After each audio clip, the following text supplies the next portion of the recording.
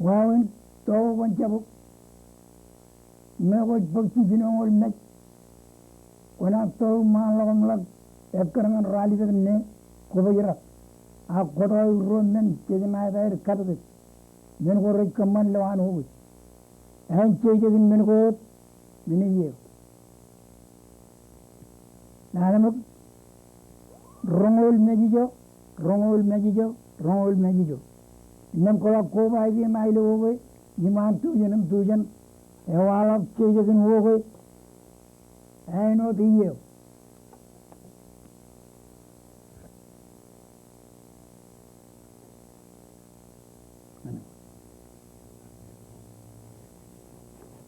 enge alaben chejegin won chabuk enge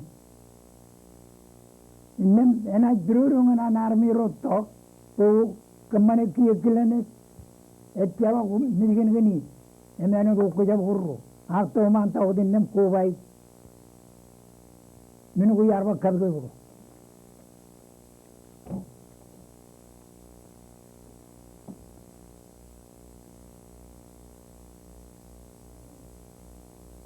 palen emelala ami rong jaga yakono nem kum nay kamane no yar kono no ngan kum ga ko kum kamane no do won jab kamane no do yar ko ala pijani